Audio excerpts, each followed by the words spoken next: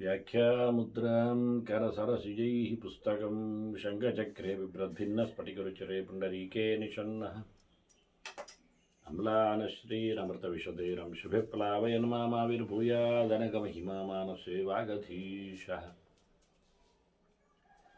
नमस्ते प्राणेश प्रणतविभवा यावनिमगाः नमः स्वामिन् रामप्रियतमनमन् गुरुगुण नमस्तुभ्यं भीमप्रबलतमकृष्णेष्ट भगवन् नमः श्रीमन्मध्वप्रदिश सुदर्शन्नो जय जय श्रीगुरुभ्यो नमः।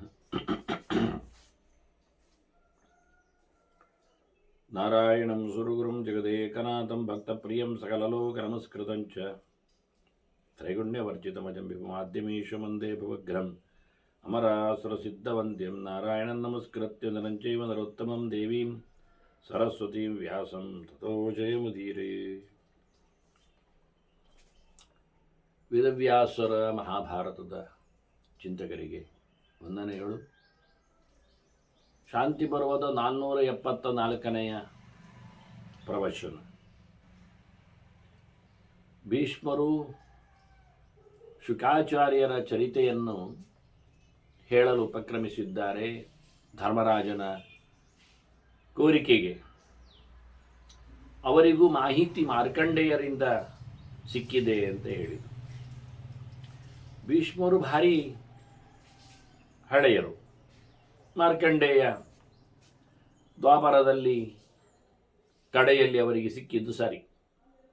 ಅದೇ ಮಾರ್ಕಂಡೇಯರೇ ಧರ್ಮರಾಜನಿಗೂ ಸಿಕ್ಕಿದ್ದಾರೆ ವನವಾಸದಲ್ಲಿದ್ದಾಗ.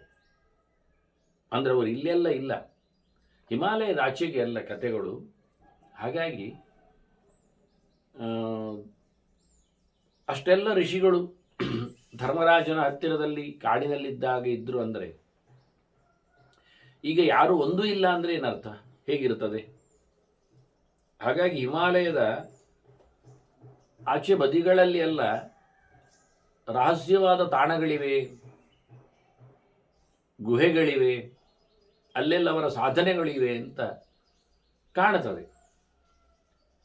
ಹೀಗಾಗಿ ಭೀಷ್ಮರು ತಾನು ಕೇಳಿದ ಶುಕರ ಚರಿತೆ ಅದು, ಯಾಕೆಂದರೆ ವ್ಯಾಸರು ಮತ್ತು ಭೀಷ್ಮರು ಸಮಾನವಾದಂತಹ ಒಂದು ಸಮಯದಲ್ಲಿದ್ದವರು. ವ್ಯಾಸ ಷಟ್ಶತವರ್ಷೀಯ ಧೃತರಾಷ್ಟ್ರಮಜೀಜನತು ಅಂತ ವೇದವ್ಯಾಸರ ಅವತಾರ ಮಾಡಿ 600 ವರ್ಷದ ಬಳಿಕ ಧೃತರಾಷ್ಟ್ರನನ್ನು ಅವರು ಪಡೆದದ್ದು. ಅಷ್ಟಾವತಾರ ಕಾಲದ ನಂತರದಲ್ಲಿ ಕೊನೆಗೆ. ಹಾಗಾಗಿ ಧೃತರಾಷ್ಟ್ರನಿರುವಾಗ ಭೀಷ್ಮರಿದ್ದಾರೆ. ಧೃತರಾಷ್ಟ್ರ ಅವನು ಅವಸಾನವನ್ನು ಪಡೆಯುವಾಗ ಭೀಷ್ಮರು ಇರಲಿಲ್ಲ. ಆದರೆ ಧೃತರಾಷ್ಟ್ರ ಅವನ ಮಗ ಅವಸಾನವನ್ನು ಪಡೆದಾಗ ಅವನಿಗೆ 71 ವರ್ಷ ಆಗಿದೆ. ದುರ್ಯೋಧನನಿಗೆ 71 ಆಗಬೇಕಾದ ಧೃತರಾಷ್ಟ್ರನಿಗೆ ಆ ಹೊತ್ತಿನಲ್ಲಿ ಹತ್ತಿರ ಒಂದು 90 ಗಮನಿಸಿ, ಅಥವಾ 85 ಗಮನಿಸಿ, ಬಹಳ ಕಡಿಮೆ ಅಂತ ಯೋಚನೆ ಮಾಡಿಕೊಂಡ್ರೆ ಸುಮಾರಾಗಿ ಭೀಷ್ಮರು ಆ ಹೊತ್ತಿನಲ್ಲಿ ಧೃತರಾಷ್ಟ್ರನ 90ರ ಹರೆಯದಲ್ಲಿ ಭೀಷ್ಮರು ತನ್ನ ದೇಹಾವಸಾನವನ್ನು ಮಾಡಿದ ಕ್ರಮ. ದುರ್ಯೋಧನ ನಂತರದಲ್ಲಿ ಉತ್ತರಾಯಣ ಕಾದು. ಹೀಗೆ ಆಗ ಅವರಿಗೆ 800 ವರ್ಷ ಆಗಿದೆ. ಅಂದರೆ ಧೃತರಾಷ್ಟ್ರನಿಗೆ ಸುಮಾರು 100 ಆದಾಗ ಅವರಿಗೆ 800, ಅಂದರೆ ಏನಾಯಿತು? 700 ವರ್ಷ. ಧೃತರಾಷ್ಟ್ರ ಬಾರದೆ ಮುಂಚೆ ಭೀಷ್ಮರಿಗೆ 700 ವರ್ಷ. ಹಾಗಾದರೆ ವೇದವ್ಯಾಸರ ಅವತಾರ ಮಾಡಿ 700 ವರ್ಷ ಆಗಿದೆ. ಅಂದರೆ ಏಕಕಾಲದಲ್ಲಿ ಚಿಂತನೆಯ ಕ್ರಮಗಳು.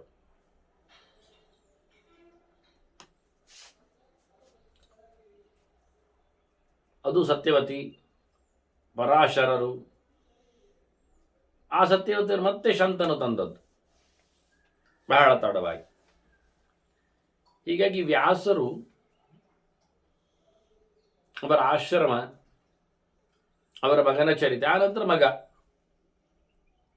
ಬಂದವ ಶುಕ, ಅರಣ್ಯಲ್ಲಿ ಹುಟ್ಟಿದವ ಕತೆ ಕೇಳಿದ್ದೇವೆ ನಾವು. ಹೀಗಾಗಿ ಹಿಮಾಲಯದಲ್ಲಿ ವೇದವ್ಯಾಸರ ಆಶ್ರಮ ಇದೆ, ಅಲ್ಲಿಗೆ ಶುಕ ಜನಕರಾಜನಿಂದ ಬರ್ತಾ ಇದ್ದಾನೆ ಅಂತ ಹೇಳುವ ಚರಿತೆ ಇದು.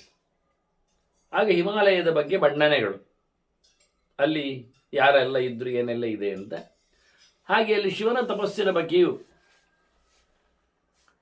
ಭೀಷ್ಮರು ಹೇಳುತ್ತಾರೆ. ವೃಷಧ್ವಜ ತಪೋತಪ್ಯತ ದುರ್ಧರ್ಷಂ ತಾತ ನಿತ್ಯಂ. ನಿರಂತರವಾದ ತಪಸ್ಸಿನ ರುದ್ರದೇವರ ತಾಣ, ಕಠೋರವಾದ ತಪಸ್ಸದು, ಸುಲಭ ಇಲ್ಲ. ಅದು ಬಹಳ ಜಾಗದು, ದಶಯೋಜನ ವಿಸ್ತಾರ. ಅಂದರೆ ಒಂದು ಯೋಜನೆಗೆ 10 ಮೈಲಿನಷ್ಟು ನಾವು ಲೆಕ್ಕ ಹಾಕಿದ್ರು 10 ಯೋಜನ ಅಂದರೆ 100 ಮೈಲ್. ಅಷ್ಟು ಸ್ಥಾನದವರೆಗೆ ಯಾರು ಬರಲಿಕ್ಕಿಲ್ಲ, ಬರುವಂತಿಲ್ಲ. ಯಾಕೆಂದರೆ ಅಗ್ನಿಜ್ವಾಲ ಸಮಾವೃತ, ಬೆಂಕಿ, ಬಿಸಿ, ಝಳ, ಸ್ವಯಂ ಅಗ್ನಿಯೇ ನಿಂತಿದ್ದಾನಲ್ಲಿ ಸ್ವರೂಪತಃ. ಸ್ವರೂಪತಃ ಅಂದರೆ ಬೆಂಕಿಯಾಗಿ ಉರಿತಾನೆ ಇದ್ದಾನೆ. ಸರ್ವಾನ್ ವಿಘ್ನಾನ್ ಪ್ರಶಮಯನ್ ಮಹಾದೇವಸ್ಯ ಧೀಮತಃ. ಧ್ಯಾನ ಮಾಡುತ್ತಿರುವ, ತಪಸ್ಸು ಮಾಡುತ್ತಿರುವ ರುದ್ರದೇವನಿಗೆ ಯಾವುದರ ತೊಂದರೆ ಬರಬಾರದಂತೇಳಿ ಸ್ವಯಂ ಅಗ್ನಿಯೇ 100 ಮೈಲು ಸುತ್ತಲೂ ಅವರ ತಪಸ್ಸು ಮಾಡುವ ತಾಣದಲ್ಲಿದ್ದಾನೆ. ಎಂಥದಷ್ಟು ಜೋರು ತಪಸ್ಸು ಹೇಳಿದರೆ, ದಿವ್ಯಂ ವರ್ಷಸಹಸ್ರಂ ಹಿ ಪಾದೇನೈಕೇನ ತಿಷ್ಠತಃ. ಒಂದೇ ಕಾಲಿನಲ್ಲಿ ನಿಂತಿದ್ದಾನಂತೆ ರುದ್ರ, ತಪಸ್ಸು ಮಾಡ್ತಾ. 1-2 ದಿನ ಅಲ್ಲ, 1-2 ವರ್ಷ ಅಲ್ಲ, 1000 ವರ್ಷಗಳ ಕಾಲ. ಎಲ್ಲಿದ್ದು? ದೇವತೆಗಳ ಲೆಕ್ಕಾಚಾರದಲ್ಲಿ. ಅಂದರೆ 36,000 ವರ್ಷ ಆಗುತ್ತೆ ನಮ್ಮ ಲೆಕ್ಕಾಚಾರ ಮಾಡಿಕೊಂಡ್ರೆ. 36 ಅಲ್ಲ, ಅಂದರೆ 1,000 ವರ್ಷ ಅಲ್ಲಿದ್ದು 360 ದಿನಕ್ಕೆ ಅವರಿಗೆ, ನಮ್ಮ 360 ದಿನಕ್ಕೆ ಅವರಿಗೆ ಒಂದು ದಿನ ಆಗುವುದು ಲೆಕ್ಕ ಅಲ್ವ ದೇವತೆಗಳಿಗೆ. ಅಂಥ ಲೆಕ್ಕಾಚಾರದಲ್ಲಿ ಆಗಲಿಕ್ಕೆ 360ರಿಂದ ಗುಣಿಸಬೇಕಾದ್ದು. 360 ಮತ್ತೆ 1000, 36,000, 360,000, 3.5 ಲಕ್ಷದಷ್ಟು ಒಂದು ಕಾಲಿನಲ್ಲಿ ನಿಂತದ್ದು. ಹಾಗಾಗಿ ಭಯಂಕರವಾದ ತಪಸ್ಸದು. ಅದಕ್ಕೆ ಪರ್ವತಕ್ಕೆ ಆದಿತ್ಯ ಪರ್ವತ ಅಂತಲೇ ಹೆಸರು. ಯಾರಿಗೂ ಹೋಗ್ಲಿಕ್ಕೆ ಆಗುವುದಿಲ್ಲ. ದುರ್ದರ್ಶಂ ಅಕೃತಾತ್ಮೈವಿ. ಯಾರು ದೇವರ ಎಚ್ಚರ ಮಾಡಿಕೊಳ್ಳಿಲ್ಲ, ಭಗವಂತನ ಪ್ರಜ್ಞೆ ಇಲ್ಲ, ಅವರಿಗೆ ಅಲ್ಲಿ ಬರಲಿಕ್ಕೆ ಆಗುವುದಿಲ್ಲ. ಯಕ್ಷರು ಬರುವುದಿಲ್ಲ, ದಾನವರಿಗೂ ಪ್ರವೇಶ ಇಲ್ಲ, ರಾಕ್ಷಸರಿಗೂ ಆಗುವುದಿಲ್ಲ. ಅಂಥ ಅದ್ಭುತವಾದ ತಾಣ ಅದು. ಅದರ ಪಕ್ಕದಲ್ಲಿ ವಿವಿಕ್ತೆ, ಯಾರು ಇಲ್ಲದ ಒಂದು ತಾಣ ಪೂರ್ವ ದಿಕ್ಕಿನಲ್ಲಿದು. ಮತ್ತೆ ಪರ್ವತ ತಟೇ ಪಾರಾಶರ್ಯ ಮಹಾತಪ, ವೇದವ್ಯಾಸನ ಆಶ್ರಮ. ಅಲ್ಲಿ ಅವರೆಲ್ಲ ವೇದವನ್ನು ಕಲಿಸಿಕೊಟ್ಟದ್ದು. ವೇದಾನಧ್ಯಾಪಯ ಮಾಸ.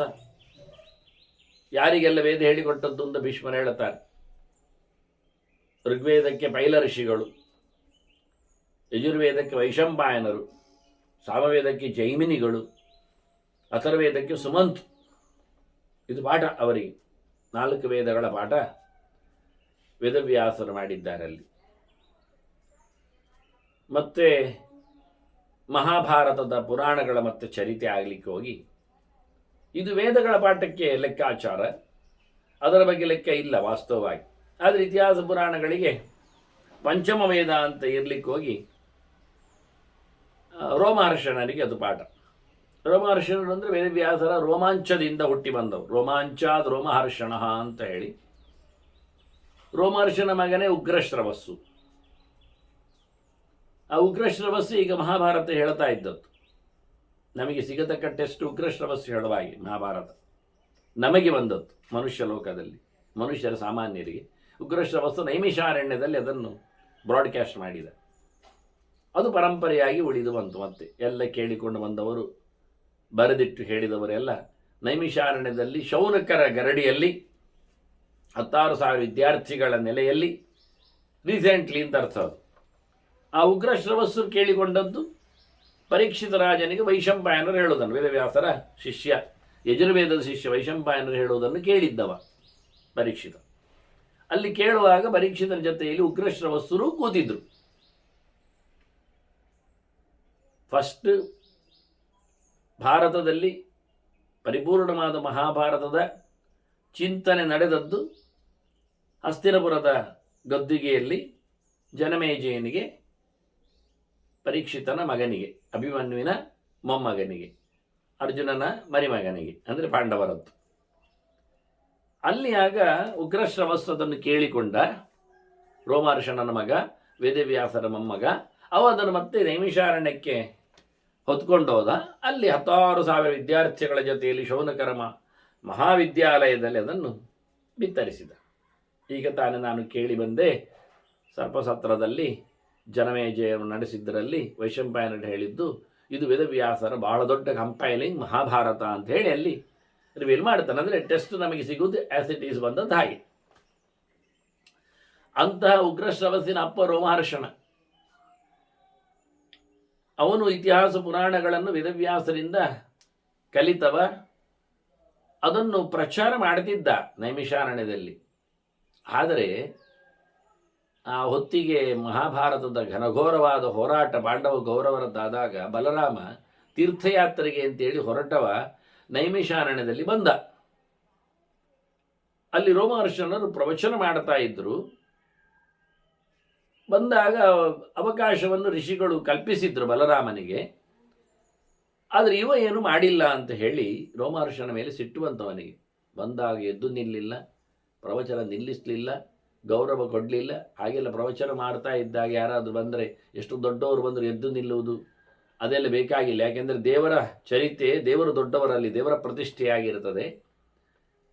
ಆದರೆ ಬಲರಾಮನಿಗೆ ಸಿಟ್ಟಿನಿಂದ ರೋಮಹರ್ಷನನ್ನು ಕೈಯಲ್ಲಿದ್ದ ತನ್ನ ದರ್ಬೆಯಲ್ಲಿ ಹೊಡೆದು ಕುತ್ತಿಗೆ ತುಂಡರಿಸಿ ಸಾಯಿಸಿಬಿಟ್ರು. ಋಷಿಗಳು ಗಲಾಟೆ ಬೀಸಿದ್ರು, ಗೋಳೋ ಅಂತ ಕೂಗಿಕೊಂಡ್ರು, ಅನ್ಯಾಯ ಅಂತ ಹೇಳಿ. ಬಲರಾಮ ಮಾತಾಡಲಿಲ್ಲ. ಅನ್ಯಾಯ ಹೌದು, ಸಿಟ್ಟು ಕೆಲಸ ಮಾಡಿ ಆಗಿದೆ, ಈಗ ಬದುಕಿಸಿಕೊಳ್ಳೆ ಅಂತ ಕೇಳಿದರು. ನೀನು ಕೆಲಸ ಮಾಡಿ ಆಯ್ತಲ್ಲ, ನಮಗೆ ಬೇಕಾಗಿಲ್ಲ ಅದು.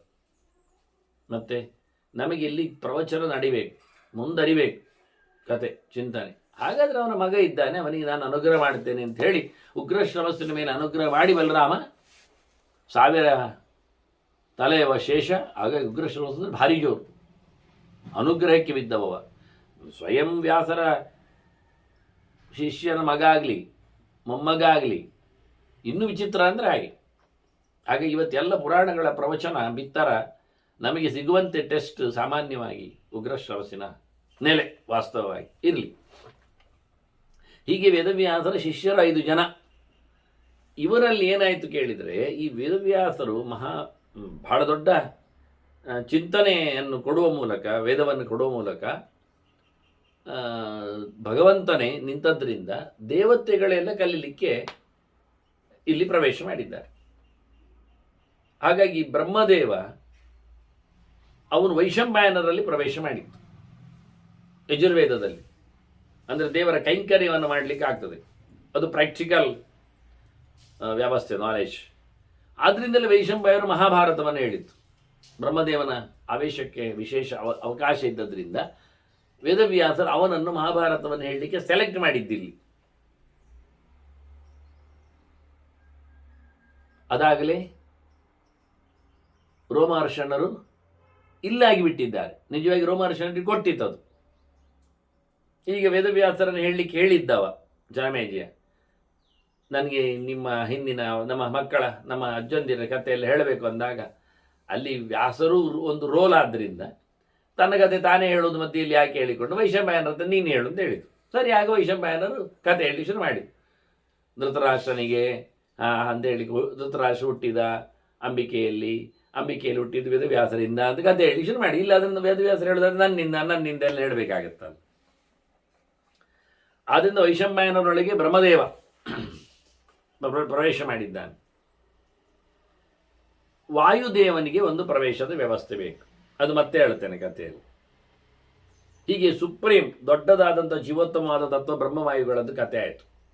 ಮತ್ತೆ 3 ಜನ ಗರುಡ ಶೇಷ ರುದ್ರ. ಅದರಲ್ಲಿ ಶೇಷನು ಹೆಚ್ಚಿಗೆ, ಅವನು ಋಗ್ವೇದದ ಪೈಲನನ್ನು ಪ್ರವೇಶ ಮಾಡಿದ್ದಾನೆ. ಗರುಡನು ಅಥರ್ವವೇದದ ಸುಮಂತುವನ್ನು ಪ್ರವೇಶ ಮಾಡಿದ್ದಾನೆ.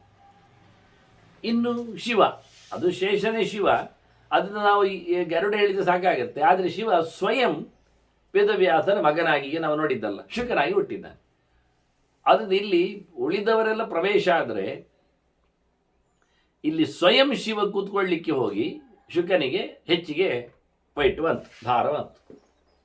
ಸ್ವಯಂ ಮಗನಾಗಿ ಬಂದು ಬಿಟ್ಟಿದ್ದಾನೆ, ಉಳಿದವರಲ್ಲಿ ಶಿಷ್ಯರಲ್ಲಿ ಸೇರಿದಷ್ಟೇ. ಹೀಗೆ 5 ಜನ ಆಯಿತು. 2ನೇ ತರಗತಿಯವರಾದರು ಕಕ್ಷೆಯಲ್ಲಿ. ಇನ್ನು 3ನೇ ಕಕ್ಷೆಯಲ್ಲಿ ಅಲ್ಲಿ ಮುಗಿಯುದು 3. ಯಾಕೆಂದರೆ ಭಗವಂತ ವಾಸುದೇವ ಅಂತ ಚಿಂತನೆಯಲ್ಲಿ ಬಂದರೆ, ಅಲ್ಲ ನಾರಾಯಣ ಅಂತ ಚಿಂತನೆಯಲ್ಲಿ ನಿಂತರೆ, ಮತ್ತು ಬ್ರಹ್ಮವಾಯುಗಳಲ್ಲಿ, ಮತ್ತು ಗರುಡಶೇಷ ರುದ್ರರಲ್ಲಿ, ಮತ್ತು ಇಂದ್ರಕಾಮರಲ್ಲಿ, ಹೀಗೆ 3 ಜನ ಮುಂದಿನವರು. ಹಾಗಾಗಿ 3ನೆಯ ಹಂತದಲ್ಲಿ ಇಂದ್ರಕಾಮರು ಇಂದ್ರ ಸ್ವಯಂ ಜೈಮಿನಿಯೊಳಗೆ ಪ್ರವೇಶ ಮಾಡಿದ. ಅದೇ ಕಾಮ ಅವನು ಇತಿಹಾಸ ಪುರಾಣ ಹೇಳೋ ರೋಮರ್ಷಣನಲ್ಲಿ ಬಂದ. ಅವನ ವೇದಕ್ಕಿಂತ ಆಚೆಗೆ 5ನೇ ವೇದದಲ್ಲಿ. ಆದ್ದರಿಂದ ಇತಿಹಾಸ ಪುರಾಣಗಳು ರೋಚಕ ಆಗಲಿಕ್ಕೆ ಕಾರಣ, ಅದು ಹಿಡಿಸ್ಲಿಕ್ಕೆ ಕಾರಣ. ವೇದ ಒಂದು ರೀತಿಯಿಂದ ಅವರಿಗೆ ಜಡ್ಡು ಆಗಿಬಿಟ್ರೆ, ಇತಿಹಾಸ ಪುರಾಣಗಳು ಸ್ವಲ್ಪ ರೋಚಕ, ಅದು ಕಮನೀಯ. ಯಾಕೆ ಕಾರಣ ಅಂದರೆ ಮನ್ಮಥ ಕಾಮ ಕೂತಿದ್ದಾನೆ, ಅದರಲ್ಲಿ ಅವರಲ್ಲಿ ಬಿದ್ದಿದ್ದಾನೆ. ಬೇಕೆಂದಲೇ ಮಾಡಿದ ಹೀಗೆ ಅಲ್ಲಿಗೆ ಮುಗಿಯಿತು. ಮೇಲಿನ ದೊಡ್ಡ ದೊಡ್ಡ ದೇವತೆಗಳ ಕಥೆ ಆಯಿತು. ಅಲ್ಲಿಂದ ಇಡೀ ಬರುವುದು ನಿಂತಿತು. ಮತ್ತೆಲ್ಲ ಕಡಿಗಡಿ ಇಂದ್ರನವರೆಗೆ ವೇದಗಳು ಇಡೀ ಬರ್ತಾವೆ. ಮುಂದಿನಲ್ಲಿ ಕಂಡವರೆಲ್ಲ ತುಂಡು ಕಾಣಲಿಕ್ಕೆ ಇರ್ತಾರೆ. ಇದೊಂದು ಕ್ರಮ. ಇಷ್ಟು ಅಂಶಗಳಾದ ನಂತರ ಈ ವಾಯು ಇದ್ದಾನಲ್ಲ, ಅವನು ಹೇಳ್ತಾನೆ ಮತ್ತೆ, ನಾ ವಾಯು ಶುಕನೊಳಗೆ ಪ್ರವೇಶ ಮಾಡಿದ. ಶಿಖಂತಮಾಶ ಪ್ರವಿವೇಶ ವಾಯು. ಆದ್ರಿಂದ ವೇದವ್ಯಾಸರಿಗೆ ಭಾರಿ ಮೆಚ್ಚುಗೆ. ಹೇಗೆ ವಾಯುದೇವನೇ ಅಲ್ಲಿದ್ದಾನೆ ಒಳಗೆ. ಬ್ರಹ್ಮದೇವ ವೈಷಮ್ಯನಲ್ಲಿದ್ದು ಹೇಗೆ ಮೆಚ್ಚುಗೆಗೆ ಒಳಪಟ್ಟು ಮಹಾಭಾರತ ಬಂತ, ಇಲ್ಲಿ ಶುಕ ಅನ್ನೊಳಗೆ ವಾಯುದೇವರು ಮೆಚ್ಚುಗೆಯಾಗಿ ಇರ್ಲಿಕ್ಕೆ ಹೋಗಿ ಭಾಗವತಕ್ಕೆ ತೆರೆದುಕೊಂಡಿತ್ತು. ಹೀಗೆ ವೇದಗಳ ಚಿಂತನೆ ನಡೆದ ಘಟನೆಗಳದು ಅಂತ ಚಿಂತನೆಯನ್ನು ಸ್ವಲ್ಪ ತೋರಿಸಿಕೊಟ್ರು ಭೀಷ್ಮರು.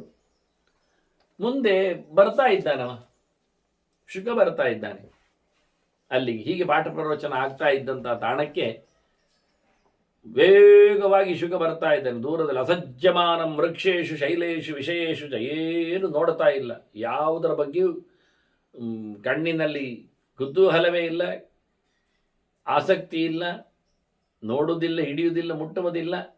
ಮರಮಟ್ಟುಗಳಿದ್ದಿ, ಪರ್ವತಗಳಿರಲಿ, ಯಾವುದೇ ಚಂದವಾದ ಗಾಳಿಯಾಗಲಿ, ರೂಪವಾಗಲಿ, ಅಥವಾ ತಿನ್ನಲಿಕ್ಕಿರತಕ್ಕಂಥ ಪದಾರ್ಥಗಳಾಗಲಿ, ಹಣ್ಣುಗಳು, ನೀರುಗಳು ಏನಿಲ್ಲ. ಯಾವುದರಲ್ಲಿಯೂ ಅಂಟಿಕೊಳ್ಳದೇ ಇರತಕ್ಕಂತಹ ಶುಕ ಬಂದುಬಿಟ್ಟಿದ್ದಾನಲ್ಲಿ. ಯೋಗಯುಕ್ತಂ ಮಹಾತ್ಮಾನಂ ಯಥಾ ಬಾಣಂ ಗುಣಚ್ಯುತಂ. ನೋಡಿದ್ರು ವ್ಯಾಸರು ಬರ್ತಾ ಇರೋದನ್ನು. ಬಿಲ್ಲಿನ ಹಗ್ಗದಿಂದ ಬಿಟ್ಟ ಬಾಣದಂತೆ ಸ್ವಯ್ಯ ಬರ್ತಾ ಇದ್ದಾನೆ. ಏಕದಮ್ ಒಂದೇ ಗುರಿ. ಪರಿಪೂರ್ಣವಾದ ಯೋಗ, ಅದ್ಭುತವಾದ ವ್ಯಕ್ತಿತ್ವ. ಬಂದವನ ಸೀದ ಸೋಭಿಗಮ್ಯ ಪಿತು ಪಾದು ಅಗ್ರನಾಥ್ ಅರಣೀಸುತ್ತ ವೇದವ್ಯಾಸರ ಕಾಲು ಹಿಡಿದಿದ್ದಾನೆ. ನಮಸ್ಕಾರ ಮಾಡುವ ಕ್ರಮ ಹಾಗೆ, ಕಾಲು ಮುಟ್ಟಿ ನಮಸ್ಕಾರ ಮಾಡುವುದು ಅಂತ ದೊಡ್ಡವರ ಕ್ರಮ. ಅದರ ಬಗ್ಗೆ ನಾನು ಅಭಿವಾದನ ಚಿಂತನೆಯಲ್ಲಿ ಸಂಧ್ಯಾ ಸಮೀಕ್ಷೆಯಲ್ಲಿ ಕೊಟ್ಟಿದ್ದೇನೆ. ಇದರಲ್ಲಿ ಅನೇಕ ಆಯಾಮಗಳಿವೆ. ಮುಟ್ಟಬಹುದೋ ಬೇಡವೋ, ಕೆಲವರಿಗೆಲ್ಲ ಬಹಳಷ್ಟು ಸಂಶಯಗಳು. ಯಾರ ಕಾಲನ್ನು ಯಾರು ಮುಟ್ಟುವುದು? ವಾಸ್ತವವಾಗಿ ಕಾಲು ಮುಟ್ಟುವುದರಿಂದಲೇ ದೊಡ್ಡ ಸಂಗತಿಯನ್ನು ಆಗುವುದಿಲ್ಲ. ಆದರೆ ಅವರು ಕೈ ತೊಳೆದಿರ್ತಾರ, ಅಥವಾ ಅವರ ಕೈಯನ್ನು ಹಲ್ಲಿಗೆ ಹಾಕಿರ್ತಾರ, ಅದು ಏನಾದರೂ ಬಾಟ್ಲಿಯಲ್ಲಿ ನೀರು ಕುಡಿದಿರ್ತಾರ. ಇವೆಲ್ಲ ತುಂಬ ಸಮಸ್ಯೆಗಳಿರ್ತವೆ. ಅದನ್ನು ಸಿಕ್ಕ ಬಿಕ್ಕಲ್ಲಿ ಎಲ್ಲ ಕಾಲು ಸಿಕ್ಕಿದೆ ಅಂತೇಳಿ ಎಲ್ಲರನ್ನು ಮುಟ್ಲಿಕ್ಕೆ ಹೋಗುವುದು ಅದು ದೊಡ್ಡ ಪ್ರಮಾದವೇ ಆಗ್ತದೆ. ಮತ್ತು ಗುರುಗಳು, ಪಾಠ ಹೇಳಿದವರು, ನಮಗೆ ಮಾನ್ಯರು, ದೊಡ್ಡವರು, ಅದೆಲ್ಲ ಸತ್ಯ. ಅದೆಲ್ಲ ಎಷ್ಟು ಸತ್ಯ ಆಗಿದ್ದರೂ ದೂರದಲ್ಲಿ ನಮಿಸುವುದರಿಂದ ಬಹಳಷ್ಟು ಹೆಚ್ಚಿನ ಮಹತ್ತಿಗೆ ಇದೆ. ಆದರೆ ಯಾರು ಸರಿಯಾಗಿ ತಮ್ಮ ಕೈಕಾಲುಗಳಲ್ಲಿ ಶುದ್ಧರೊಂದಿದ್ದಾರೋ ಅವರು ಕಾಲ್ಮುಟ್ಟಿ ನಮಿಸುವುದರಲ್ಲಿ ಏನು ತಪ್ಪು ಕಾಣುವುದಿಲ್ಲ. ಇನ್ನು ಲಿಂಗ ವ್ಯತ್ಯಾಸದಲ್ಲಿ ಅದೊಂದು ವಿಚಿತ್ರ. ಆ ಮಾತುಗಳನ್ನು ಪ್ರಾಮಾಣಿಕವಾಗಿ ನಾನು ಸಂಧ್ಯಾ ಸಮೀಕ್ಷೆಯಲ್ಲಿ ಹಾಕಿದ್ದೇನೆ. ಶಿಷ್ಯರಿಗೆ, ಗುರುಕುಲದಲ್ಲಿ ಕಲಿಯುವ ವಿದ್ಯಾರ್ಥಿಗಳಿಗೆ ಗುರುಗಳ ಹೆಂಡತಿ ಗುರುಪತ್ನಿ ಬಹಳ ದೊಡ್ಡ ಸ್ಥಾನದಲ್ಲಿ ಇರುವವರು, ಪ್ರತಿನಿತ್ಯ ಅಡುಗೆ ಇತ್ಯಾದಿಗಳನ್ನು ಯೋಗಕ್ಷೇಮವನ್ನು ಮಾಡಿದವರು, ನೋಡಿದವರು, ಅಮ್ಮನೇ ಒಂದು ದೃಷ್ಟಿಯಿಂದ ನೋಡಲಿಕ್ಕೆ ಹೋದರೆ. ಹಾಗಾಗಿ ಗುರುಪತ್ನಿಗೆ ಒಂದು ನಮಸ್ಕಾರ ಮಾಡಬೇಕು, ಗುರುಪುತ್ರರನ್ನು ಅಷ್ಟೇ ಗೌರವಿಸಬೇಕೆನ್ನುವುದು ಅಲ್ಲಿನ ಶಾಸ್ತ್ರದ ಒಂದು ಕಟ್ಟಲೆ ಕ್ರಮ. ಹಾಗೆ ಅಂತ ಹೇಳಿ ಗುರುಪತ್ನಿಯ ಕಾಲು ಮುಟ್ಟಿ ನಮಸ್ಕಾರ ಮಾಡಲಿಕ್ಕೆ ಇಲ್ಲ ಅಂತ ವಾಕ್ಯ ಬರೆದಿದ್ದಾರೆ. ಮಾಡಲೇ ಇಲ್ಲ ಅಂತಲ್ಲ, ಮಾಡಲಿಕ್ಕೆ ಇಲ್ಲ ಅಂತಲೂ ಆಗುವುದಿಲ್ಲ. ಅಲ್ಲಿ ಒಂದು ಸ್ವಲ್ಪ ತೊಂದರೆಗಳಿವೆ. ಎಷ್ಟೆಲ್ಲ ಜನರೆಲ್ಲ ಗುರುಪತ್ನಿಯರಾಗಿರ್ತಾರೆ ಅಂದಾಗೆಲ್ಲ ಬಂದಾಗ ಸಾಕ್ಷಾತ್ತಾಗಿ ಅವರ ಪರವಾನಗಿ ಇದ್ದರೆ, ಅವರಿಗೆ ಅಭ್ಯಂತರ ಇಲ್ಲದೇ ಇದ್ದರೆ ಆಕ್ಷೇಪ ಇಲ್ಲದೇ ಇದ್ದರೆ, ಅವರ ಒಪ್ಪಿಗೆ ಇದ್ದರೆ ಖಂಡಿತವಾಗಿಯೂ ಕಾಲಮುಟ್ಟಿ ನಮಿಸುವುದರಲ್ಲಿ ತಪ್ಪಿಲ್ಲ ಅಂತ ಹೀಗೆಲ್ಲ ಪ್ರಮಾಣಗಳು. ಅಂದರೆ ತುಂಬ ಜಿಜ್ಞಾಸೆ ಇದೆ. ಅವರು ಎಷ್ಟು ಶುದ್ಧರಿರ್ತಾರೆ ನಮಸ್ಕರಿಸುವವರು, ಅವರ ಅಂತಃಕರಣ ಹೇಗಿರ್ತದೆ ಅನ್ನೋದ್ರ ಮೇಲೆ ಡಿಪೆಂಡ್ಸ್. ಮತ್ತು ಆಚೆ ಈಚಿನವರು ನೋಡುವವರು ಹೇಗಿರ್ತಾರೆ ಅದು ದೊಡ್ಡ ಸಂಗತಿಯೇ ಅಲ್ಲ. ಯಾಕೆಂದರೆ ನೋಡುವವರಿಗೆ ಹೃದಯ ಇರಬೇಕು ಅಂತ ಇಲ್ಲ, ಕೆಲವೊಮ್ಮೆ ಮನಸ್ಸು ಬರಬೇಕು ಅಂತ ಇಲ್ಲ. ಹಾಗಾಗಿ ಇದೊಂದು ವಿಚಿತ್ರ ಅನಿಸ್ತದೆ. ಆದರೆ ಬಹಳ ಅದ್ಭುತವಾಗಿ ಇದನ್ನು ಬಹಳ ಕಡೆಯಲ್ಲಿ ಏನು ಹೇಳ್ತೇವೆ ನಾವು ಅಂದರೆ, ಶಾಸ್ತ್ರ ತನ್ನ ಮಾತನ್ನು ಹೇಳುವಾಗ ಅದನ್ನು ಪ್ರಾಯೋಗಿಕವಾಗಿ ಹೇಗಿದೆ ಎಂದು ತೋರಿಸಿಕೊಡುತ್ತಾ ಅದು ಗಮನಿಸ್ತದೆ.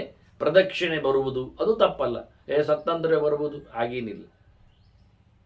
ಜೀವ ಇದ್ದಾಗ ಎಷ್ಟೋ ಸರ್ತಿಯಲ್ಲಿ ಪ್ರದಕ್ಷಿಣೆ ಬಂದೋದನ್ನು ನಾನು ಹೇಳಿದ್ನಲ್ಲ ಚರಿತೆಯಲ್ಲಿ. ಅದು ಚರಿತೆಯಲ್ಲಿ ತೋರಿಸ್ತಾರೆ, ಯಾಕೆಂದರೆ ಅವರು ರಿಚುವಲ್ಸ್ ನಮ್ಮ ನಡೆ ಹೇಗಿರಬೇಕು ಅಂತ ತೋರಿಸ್ಲಿಕ್ಕೆ ಹೇಳೋದದು. ಹಾಗೆ ತುಳಸಿ ಮಾಲೆ ಹಾಕುವುದು, ತುಳಸಿ ಮಾಲೆ ಹಾಕಲೇಬೇಕು.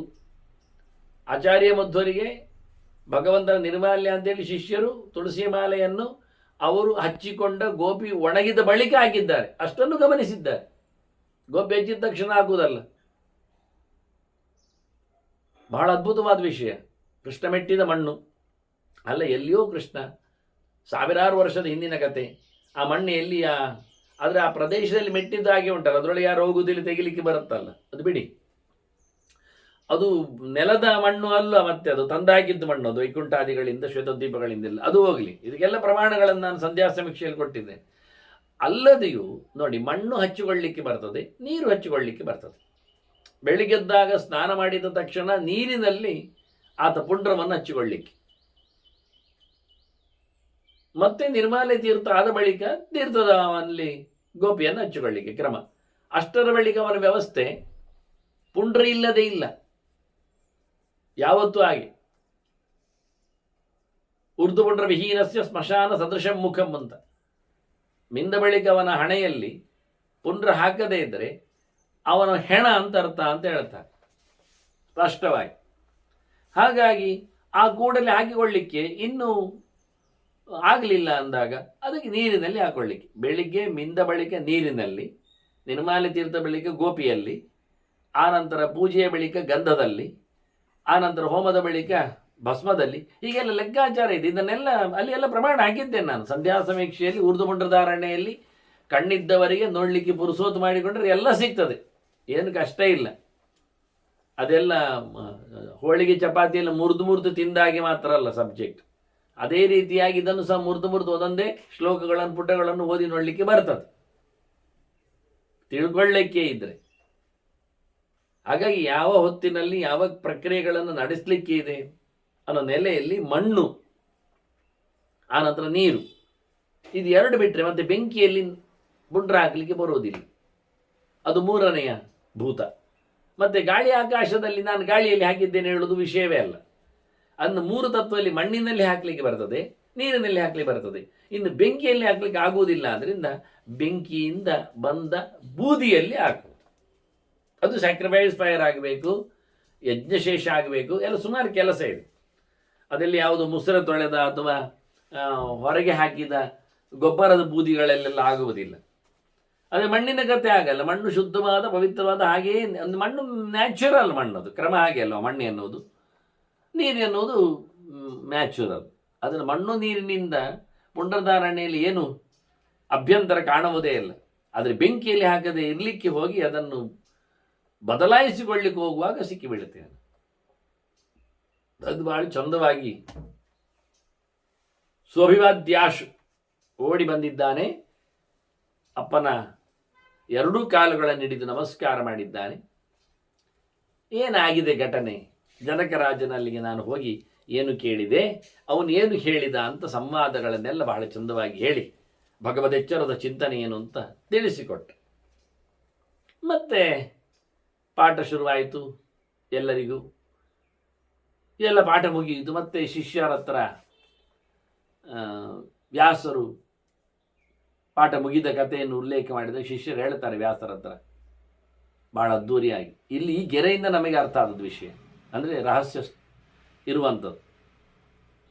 ಷಷ್ಠ ಶಿಷ್ಯ ನತೆ ಖ್ಯಾತಿಂ ಗಚ್ಚೇದಿತಿ ಪ್ರಸೀದನ ಅಂತ. ಗಚ್ಚೇದತ್ರ ಪ್ರಸೀದನ.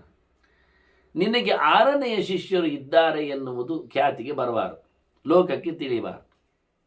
ಅಂದರೆ ಏನರ್ಥ? ನಾವು 5 ಜನ ನಿನಗೆ ಶಿಷ್ಯರು ಅಂತ ಆಗಬೇಕು. ಯಾರು 5 ಜನ? ಚತ್ವಾರಸ್ತೆ ವಯಂ ಶಿಷ್ಯಾ ಗುರುಪುತ್ರಶ್ಚ ಪಂಚಮ. ಈಗ ಶುಕ ಬಂದಿದ್ದಾನೆ, ಗುರುಗಳ ಮಗ, ಅವನಿನ್ನ ಶಿಷ್ಯ, 5ನೇ ಶಿಷ್ಯ. ನಾವು 4 ವೇದದ ಶಿಷ್ಯರು. ಆದ್ದರಿಂದ ಶುಕನನ್ನು ಪುರಾಣಕ್ಕೆ ಇಟ್ಟದ್ದು. ಭಾಗವತ ಪುರಾಣ ಅಂದರೆ ಭಾಗವತ ಪುರಾಣ ಕಮ್ಮಿ ಅಲ್ಲ, ಕತೆ ಮುಂದೆ ಬರ್ತದೆ ಬಿಡಿ, ಅದು ಕಮ್ಮಿ ಅಲ್ಲ, ಅದು ಎಲ್ಲದರ ಮೂಟೆ, ಎಲ್ಲದರ ಮೊತ್ತ ಅದು ಏನು. ಹಾಗಾಗಿ ನಾವು 4 ಜನ ವೇದದ 4 ಶಿಷ್ಯರು, ನಿನ್ನ ಮಗ 5ನೇದ್ದು, ಇನ್ನು 6ನೇ ಶಿಷ್ಯ ಅಂತ ಲೋಕದಲ್ಲಿ ಬರಬಾರ್ದು. ನೋಡಿ, 6ನೇ ಶಿಷ್ಯ ಲೋಕದಲ್ಲಿ ಬರಬಾರ್ದು ಅಂತ ಅವರು ವೇದವ್ಯಾಸರ ಹತ್ರ ಕೇಳಿಕೊಂಡದ್ದಕ್ಕೇನೆ ರೋಮಹರ್ಷಿ ಇದ್ದವು ಹೋದದ್ದು. ನೋಡಿ, ರೋಮಹರ್ಷಿ ಇತಿಹಾಸ ಪುರಾಣಾನ ಪಿತಾಮೇ ರೋಮಹರ್ಷಣ ಅಂತ. ರೋಮಹರ್ಷನನ್ನು ಕಳ್ಕೊಂಡ ನಂತರ ವೇದವ್ಯಾಸದಿಂದ ಡೈರೆಕ್ಟ್ ಮಗನಾಗಿ ಸ್ಥಾನದಲ್ಲಿ ಇಲ್ಲಾದ. ಇನ್ನು ಮೊಮ್ಮಗನ ಸ್ಥಾನಕ್ಕೆ ಹೋಯ್ತದ್ದು ಸೆಕೆಂಡ್ ಬಂತು, ಮುಂದಕ್ಕೆ ಹೋಯ್ತದ್ದು. ಅದು ವೈಶಂಪಾಯನರೊಬ್ಬ ಹೇಳಿದಾಗ ಕೇಳಿಕೊಂಡವ, ನೇರ ವೇದವ್ಯಾಸರ ಶಿಷ್ಯ ಆಗಲಿಲ್ಲ. ಇನ್ನು ವೇದವ್ಯಾಸರಿಗೆ ಅವರೇ ಹೇಳಿಕೊಳ್ಳುವಾಗೆ ಔಡುಲೋಮಿ, ಆಶ್ಮರಥ್ಯ, ಕಾರ್ಷ್ಣಾಜಿನಿ ಇವರೆಲ್ಲ ನೇರ ಶಿಷ್ಯರು ಅಲ್ಲದೆಯೂ ಇರಲಿಕ್ಕೆ ಸಾಕು ಅನ್ನೋ ನೆಲೆಯಲ್ಲಿ ಎಷ್ಟು ಗೌಜಿ ನೋಡಿ. ಅದನ್ನು ಕೇಳಿಕೊಂಡ ರೀತಿ, ನಾವು 5 ಜನ ಆಗಬೇಕು.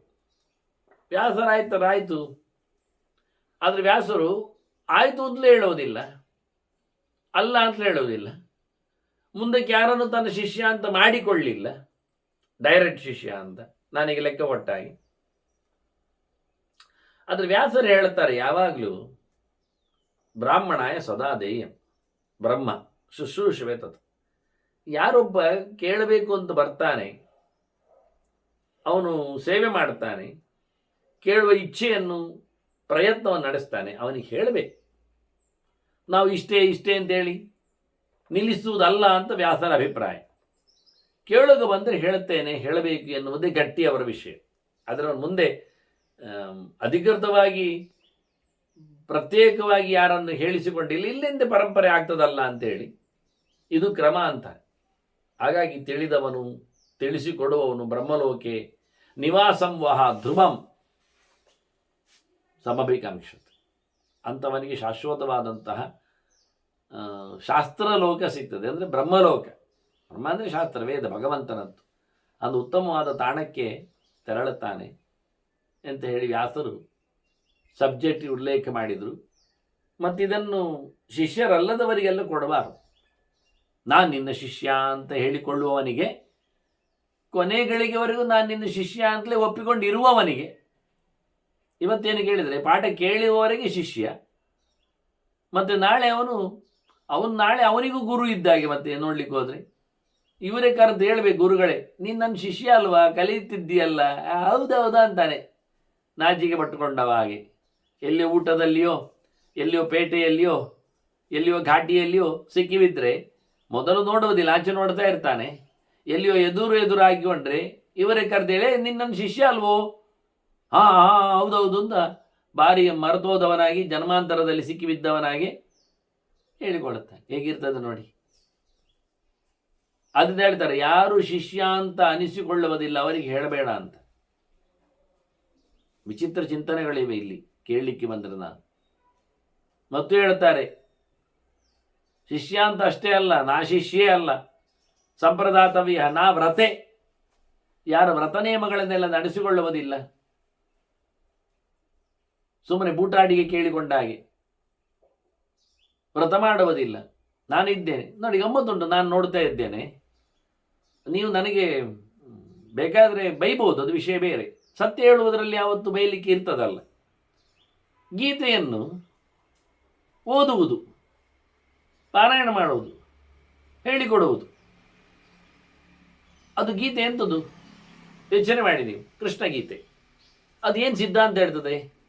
ವೈಷ್ಣವಿಸಂ, ಮನಮನಾಭವ ಮದ್ಭಕ್ತ ಮಧ್ಯಾಜಿ ಮಾಂ ನಮಸ್ಕರು ಅಂತ ಹೇಳಿ ಟೋಟಲಿ ಗೀತೆಯಲ್ಲಿರುವಂಥದ್ದು ಕೃಷ್ಣನ ವೈಭವ, ಪಾರುಪತ್ಯ, ವಿಶ್ವರೂಪ, ಸರ್ವಧರ್ಮಾನ್ ಪರಿತ್ಯಜ್ಯ ಹೇಳಿ ನನ್ನಡೆಗೆ ಬರಬೇಕು. ನೀನು ಶೈವ ಧರ್ಮನೋ, ನೀನು ಕ್ರಿಶ್ಚಿಯನ್ನೋ, ನೀನು ಇಸ್ಲಾಮೋ, ನೀನು ಪಾರ್ಸಿಯೋ, ನೀನು ಸಿಕ್ಕೋ, ನೀನು ಬೌದ್ಧನೋ, ನೀನು ನಾಸ್ತಿಕನೋ, ಚಾರ್ವಾಕನ ಸಂಬಂಧ ಇಲ್ಲ ನನಗೆ ಅಂತ ಕೃಷ್ಣ. ನೀನು ಸರ್ವವನ್ನು ಬಿಟ್ಟು ನನ್ನ ಬಳಿಗೆ ಬಾ, ನೀನು ವೈಷ್ಣವನಾಗು. ಇಲ್ಲ ನೀನು ಯಾರ್ಯಾರನ್ನು ಕರಿತಿ, ಪೂಜಿಸ್ತಿ, ಮೆರವಣಿಗೆ ಮಾಡ್ತಿ ಅಂದರೆ ಮಾಡಿಕೊ. ಅದಕ್ಕೂ ಬೆಲೆ ಕೊಟ್ಟದ್ದು, ಜಾಗ ಕೊಟ್ಟದ್ದು, ಈ ನೆಲ ಕೊಟ್ಟದ್ದೆಲ್ಲ ನಾನೇ, ತಗೋ, ಫಂಡು ನನ್ನದೇ. ಆದರೆ ಮಾತ್ರ ನೀನು ಹೊಂಡಕ್ಕೆ ಬೀಳ್ತಿ ಅನ್ನೋದು ಸತ್ಯ ಅಂದ. ಇಷ್ಟೆಲ್ಲ ಗೀತೆಯಲ್ಲಿ ಕ್ಲಿಯರ್ ಕಟ್ ಆಗಿ, ಇದರಲ್ಲೇನು ಬಲಾತ್ಕಾರದ ಅರ್ಥ ಅಲ್ಲ, ಕ್ಲಿಯರ್ ಕಟ್ ಆಗಿದೆ. ಹಾಗಾಗಿ ಯಾರಿಗೆ ಗೀತೆ? ಯಾರಿಗೆ? ನಾವು ವ್ರತೆ, ಅದಕ್ಕೆ ಹೇಳಿದ್ದು ವೈಷ್ಣವ ವ್ರತವನ್ನು ಪಡೆಯದವನು ಹೇಳಲಿಕ್ಕೆ ಹೋಗಬೇಡ. ಇವತ್ತು ಬೂಟಾಟಿಕೆಗೆ ಎಲ್ಲರೂ ಇದ್ದಾರೆ, ಎಲ್ಲವೂ ಮಾಡ್ತಾರೆ, ಎಲ್ಲವೂ ಹೇಳ್ತಾರೆ, ಅರ್ಥ ಆಗೋದಿಲ್ವ? ಹಾಗಾದ್ರೆ ಬಹಳ ಸ್ಪಷ್ಟವಾಗಿ ಉಂಟಲ್ಲ. ಪತ್ರಂ ಪುಷ್ಪಂ ಬಲಂತು ಯೋಮೆ ಯೋಮೆ ಅಂತಾನೆ, ನಂಗೆ ಕೊಡು ಮಾರಾಯ ಅಂತಾನೆ. ನಿನ್ನ ಸೇವೆ ಎಲ್ಲ ನನಗೆ ಕೊಡು, ನನ್ಗೆ ಕೊಟ್ರೆ ಉದ್ಧಾರ ಆಗತ್ತೆ. ಅಹಂತ್ವಾ ಸರ್ವಪಾಪೇಭ್ಯೋ ಮೋಕ್ಷಯಿಷ್ಯ. ನಿಂದು ಪೂರ ಕ್ಲೀನ್ ಆಗುವುದು ನನ್ನ ಬಳಿ ಬಂದರೆ ಮಾತ್ರ. ಉಳಿದವರೆಲ್ಲ ಟೊಪ್ಪಿಯಾಗಿ ಕಳಿಸ್ತಾರೆ, ಕೆಳಗೆ ನಿನ್ನೆ ಬೀಳಿಸ್ತಾರೆ. ಕ್ಷೀಣೆ ಪುಣ್ಯ ಮರ್ತ್ಯಲೋಕಂ ವಿಶಂತಿ ಯದ್ಗತ್ವಾ ನನಿವರ್ತಂತೆ ತದ್ಧಾಮ ಪರಮ ಮಮ. ಹೋದರೆ ಹಿಂದೆ ಬರದದ್ದು ಸುಖದ ಸುಪ್ಪತ್ತಿಗೆಯ ತಾಣ ಯಾರದ್ದು? ಅದು ನಂದು ಮಾರಾಯ ಅಂದ ಕೃಷ್ಣ. ಅದು ವೈಷ್ಣವ ತಾಣ, ಮತ್ಯಾವುದರಲ್ಲಿ ಇಲ್ಲ, ಮತ್ತಾರು ಹೇಳಿಕೊಳ್ಳಿಲ್ಲ, ಮತ್ತಾಗುವುದಿಲ್ಲ. ನಾವು ಕೊಟ್ಟಿದ್ದೇವೆ ಗೀತೆಗೆ ಅಂತ ಸ್ಥಾನಮಾನ, ಸರ್ವೋಪನಿಷದ ಅಂತ ಹೇಳುತ್ತಾ, ಸರ್ವಶಾಸ್ತ್ರದ ಸಾರ ಅಂತ ಹೇಳ್ತಾ. ಹಾಗಿರುವಾಗ ಸರ್ವಶಾಸ್ತ್ರದ ಸಾರ ಅದಾಗಿರುವಾಗ ಮತ್ತೆ ನಿಮ್ಮದು ಪ್ರತ್ಯೇಕ ಯಾರ್ಯಾರದ್ದು ವ್ರತ ಇದ್ದವರಿಗೆ ಗೀತೆ ಅಂತದಕ್ಕೆ ಯೋಚನೆ ಮಾಡಬೇಕು. ನಾನು ಅದು ಮಾಡುವುದಿಲ್ಲ, ಇದು ಹಾಕ್ಕೊಳ್ಳುವುದಿಲ್ಲ, ನನ್ನದು ಹೀಗುಂಟು ಗೆರೆ, ನನ್ನದು ಹಾಗುಂಟು ಮೈ ಹೇಳಿಕೊಳ್ಳುವವರಲ್ಲಿ ಅರ್ಥ ಏನು? ಅದು ನಾ ವ್ರತೆ ಇವರು ಖಡಕ್ಕಾಗಿ ಹೇಳಿದ್ರು. ಸರಿಯಾಗಿ ವೇದವ್ರತ ವಿಷ್ಣು ವ್ರತ ಮಾಡದವರಿಗೆ ಕೊಡಬೇಡ. ಸುಮ್ಮನೆ ಎಂತ ಉಂಟು ನೋಡುವ ಅಂತ ಬಂದವರಿಗೆಲ್ಲ ಇಲ್ಲ. ನಾ ಕೃತಾತ್ಮನಿ. ಯಾರು ಪರಮಾತ್ಮನಲ್ಲಿ ಸೇವೆ ಸಮರ್ಪಣೆ ಮಾಡಿಕೊಳ್ಳುವುದಿಲ್ಲ, ಹೇಳಿಕೊಟ್ಟದ್ದನ್ನು ನಡೆಸಿಕೊಡಬೇಕೋ ಬೇಡವೋ? ಅವ್ರತಸ್ಕ ಅಂದರೆ ಮೊದಲು ಅದಕ್ಕೆ ಬೇಕಾದಂತಹ ಕರ್ಮಾಂಗಗಳನ್ನು ಮಾಡಿ ಬರದವ. ಅಕೃತಾತ್ಮ ಅಂದರೆ ಓದಿಕೊಂಡು ನಡೆಸಿಕೊಡದವ. ಎರಡು ರೀತಿ. ಕಲಿತ ನಂತರ ಅದನ್ನು ಆದಷ್ಟು ನಡೆಸಬೇಕೋ ಬೇಡವೋ ಎಲ್ಲ ಹೇಳುದು. ಅದೆಲ್ಲ ಬಹಳ ಕಷ್ಟ ಉಂಟು. ಕಷ್ಟ ಯಾರು ಹೇಳಿದ್ದು? ಯಾವಾಗ? ಪ್ರತಿಯೊಂದು ಕಡೆಯಲ್ಲಿ ನಾವು ನಮ್ಮನ್ನೇ ದೂರ್ತರು ಆರ್ತರು ಅಂತ ಹೇಳಿಕೊಳ್ಳುವುದ? ಅದೆಲ್ಲ ಆಗಲಿಲ್ಲ. ಪ್ರಯತ್ನ ಮಾಡಿ ನೋಡು, ಆಗುವುದಿಲ್ಲ ಆಗುವಷ್ಟು ಮಾಡಿ. ಆದ್ದರಿಂದ ಯಾರು ಪ್ರಯತ್ನಿಸುವುದಿಲ್ಲ ಅವರಿಗೆ ಕೊಡಬೇಡ, ಯಾರು ಭಗವಂತನ ಸೇವೆಯಲ್ಲಿ ನೆಲೆಗೊಳ್ಳಿಲ್ಲ ಅವರಿಗೆ ಕೊಡಬೇಡ ಹೇಳ್ತಾರೆ.